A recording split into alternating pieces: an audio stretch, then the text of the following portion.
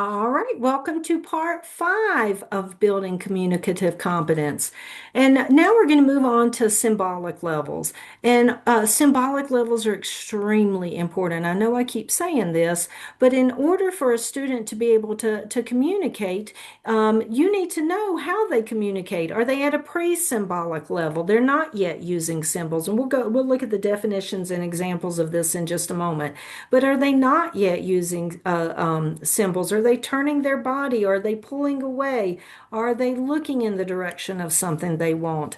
Are they using concrete symbol? Are they at a concrete symbolic level? Are they using things like perhaps a cup? They're handing a cup to you to indicate that they want something to drink. That's concrete symbolic communication. And then the other one we want to know is, are they at an abstract symbolic level?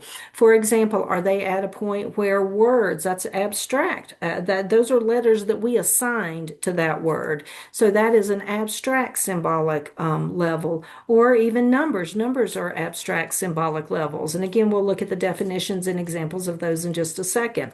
But what I really want you to remember is that students should have access to all levels or multiple levels of symbols. So if I am at a concrete level, for example, and I'm handing you a cup and I want that to represent that I want something to drink, then perhaps what you're going to do is that you're going to add a picture symbol to the cup along with the word there, then have access to concrete symbolic levels, multiple examples, right? They have the cup and they have the picture, but then they also have the symbolic level in the word. So that's an example of how they would have access to multiple levels of symbols. So, what are the symbolic levels? What are the definitions? Well, there are students who are at that non intentional, remember that early level of building awareness.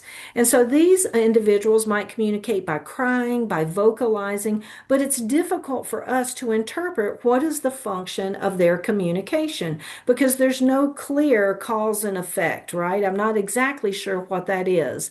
And one example might be again that an infant is crying and I'm trying to figure out what does that cry mean? Or what is the function? What do they need or want from that cry? But it's difficult for me to interpret because I'm going to try a couple of different things before I figure it out.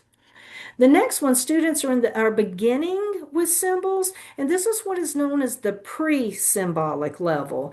And so they're communicating with things like eye gaze, with gestures, with purposeful movements to objects or sounds. Again, that communication is purposeful. So, for example, if I know that there's a cookie on the counter over there, and I turn my head and my body towards that cookie, that is pre-symbolic level of communication that I am telling you without any kinds of symbols that I want that cookie by turning my body in that direction. Or eye gazing, just eye gazing in that direction.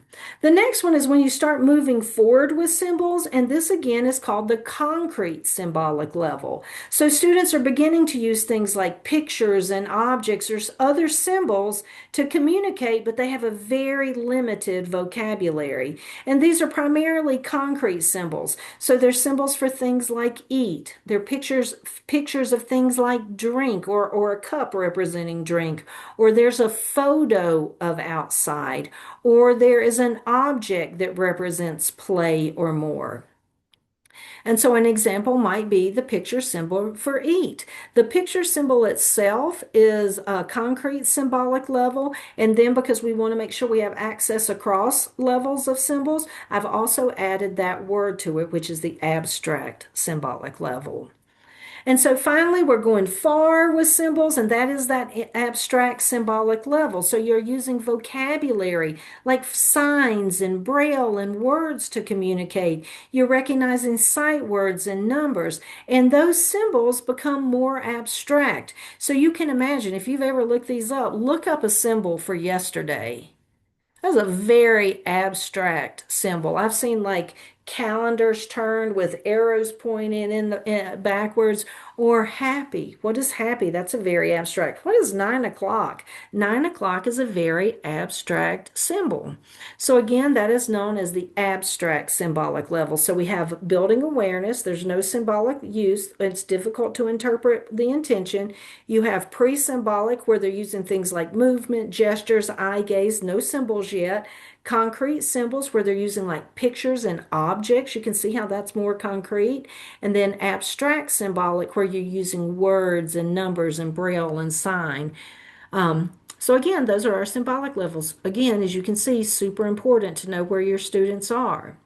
We all, at that non-symbolic level, when we're building awareness, we don't have that yet. We're shaping that intentional communication. You want to make sure you're looking for things like eye gaze. You're looking for body gestures. You're looking for facial gestures or expression. You're looking for sounds an individual may make. Because remember, behavior is communication. So we need to look at the student, the individual as a whole, to see all of those forms of communication. And then you can shape. You can shape a head turn into saying, I want that. You can shape a sound a student makes to mean no. Again, there we go. Behavior is communication. All right, so now we're going to kind of move into academics and how do we look at communication within academics? And in this case, we're going to use the example, a literacy example of a text that is often used in general ed called Roll of Thunder, Hear Me Cry. And so when we're reading Roll of Thunder, Hear Me Cry, you can see that this is an individual who might be, this is just an example, perhaps as far as their receptive language goes, that they are at, this might be for a student who is at that concrete symbolic level, right? And so you might read this aloud and say, a school bus drives by and covers them in red dust. Well, what if you've read that and a student can understand that? However, when they get ready to respond expressively, they need objects. They need a different type of symbolic uh, that concrete symbolic representation. And that's what an object is. An object is concrete symbolic. And here is an example of how you might provide the student the opportunity to respond by giving them objects to respond to that comprehension question. Let's look at another one. This one is Cassie's teacher gives them books, and the books are old and dirty. So if we were asking a comprehension question to a student, again, this would be a student who was at that concrete symbolic level. We might use pictures. Again, this is how a student, when we're planning our instruction and planning how we're going to ensure that our students can access general curriculum, and how we can understand how they communicate their knowledge, we might use this type of symbolic, concrete symbolic level where we're providing them with pictures. And then finally, here is another example of how you could plan for a student who is at the abstract symbolic level. We can provide them with words because we know that those words are abstract symbols, right? There's something that we have assigned. These three letters mean bus. So again, examples of concrete symbolic, and abstract symbolic. Now, what we want to remember is that someone's symbolic level is not static. Just because you are at a photo level now, and photo would come before drawn pictures. If you're at a photo level now, doesn't mean you're always going to be at a photo level. I'm going to teach you and fade that, and I'm going to fade you to drawn line pictures. And then I'm going to fade you as you begin to progress to words. That's how we're going to do it. We're going to make sure that we fade. Not only that, the symbolic level a student is at does not always represent their cognitive level. We don't want to assume that just because a student is at an object level, their cognitive level is at a certain place, or because they are using picture symbols, or what if it's a student that's at that pre-symbolic level, and you assume a cognitive level that doesn't match their real cognitive level. And so you are not engaging them at the level that they are. Symbolic level does not always reflect a student's cognitive level. Just make sure you always keep that in mind. And then we always want to make sure that we're promoting AAC use for students who need it, and that we are continually expanding that symbolic level for our students, thinking about not only the symbolic level they're at, but also the form, the content, the function, and the vocabulary. So here's an example of, again, this is what communication might look like for a student who is in third grade named Eight with, he has autism and an intellectual disability. The team has faded use of objects and have moved to line drawings now with labels and words for both academic and social situations. They're reading the book Who Was Roberto Clemente? And their vocabulary words are dream, baseball, and determine. Now you're going to do this, so I want you to make sure that you pay attention as to what I'm doing. What I'm going to do is I'm going to identify the form, how the student is communicating, the content, what the student would communicate, and then the function, why the student is going to be communicating. And this is how I'm planning communication in my literacy lesson on Who Was Roberto Clemente.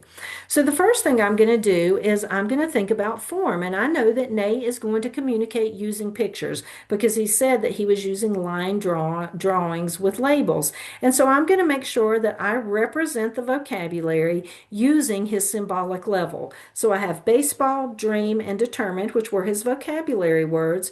And I have not only provided them on a concrete symbolic level, but I have also provided representation on an abstract symbolic level. This is me planning for the students' literacy lesson.